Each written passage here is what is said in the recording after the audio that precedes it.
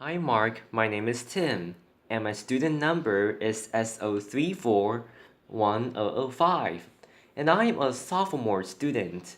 Today I'm going to read a transcript called John Hardy, My Green School Dream.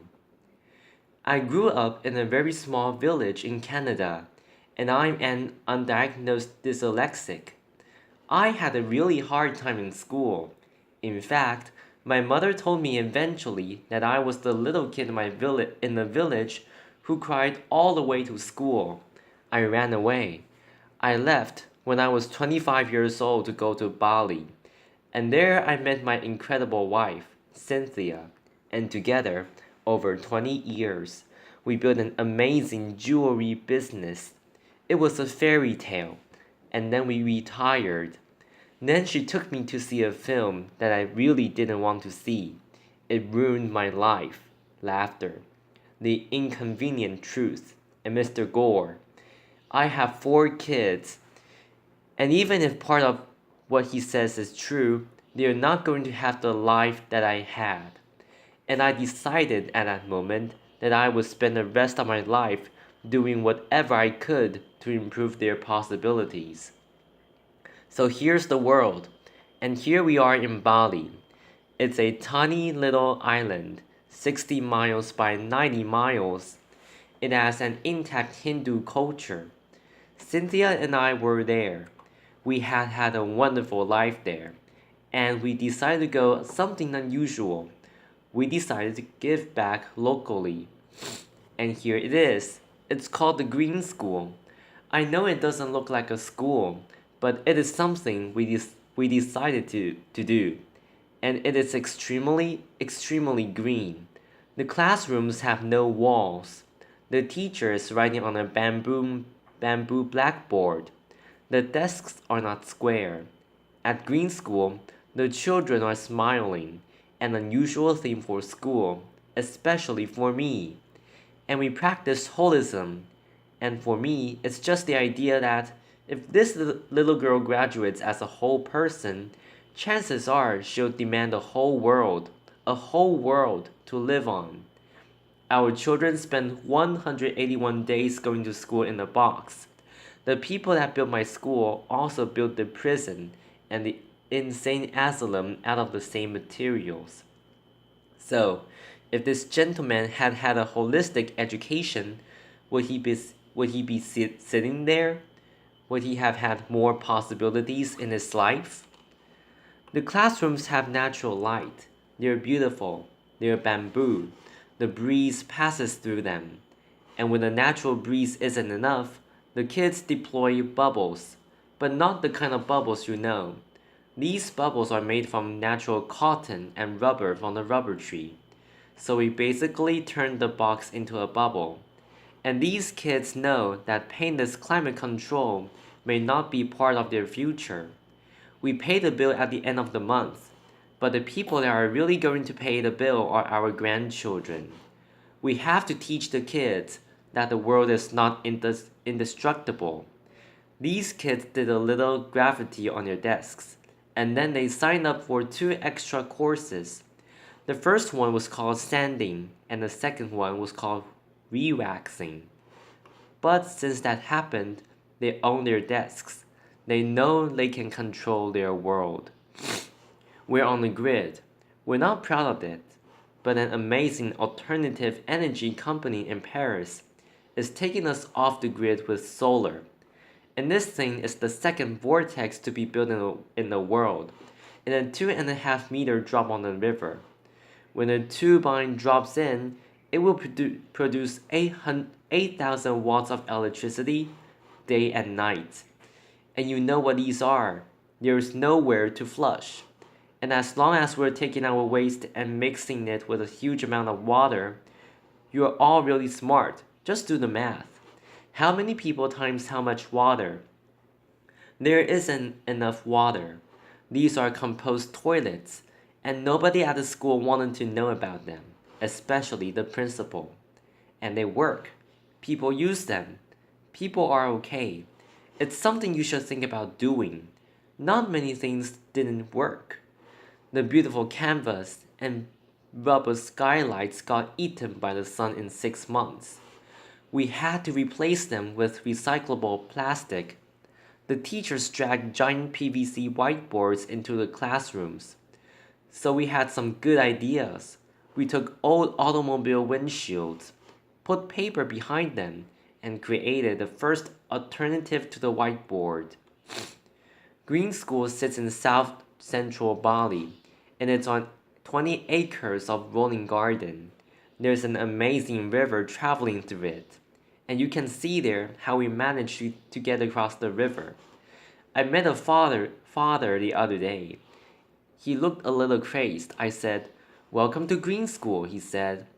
"I've been on an airplane for 24 hours. I asked him, "Why?" He said, "I had a dream once about a green school, and I saw a picture of this green school. I got on an airplane. In August, I'm bringing my sons." This was a great thing. But more than that, people are building green houses around Green School so their kids can walk to school on the paths. And people are bringing their green industries, hopefully their green restaurants, to the Green School. It's becoming a community.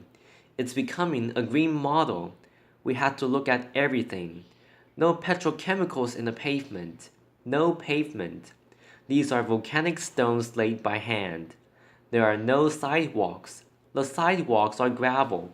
They flood when it rains, but they're green. This is the school buffalo. He's planning to eat that fence for dinner. All the fences at Green School are green. And when the kindergarten kids recently moved their gate, they found out the fence was made out of tapioca. They took the tapioca roots up to the kitchen, sliced them thinly, and made delicious chips. Landscaping.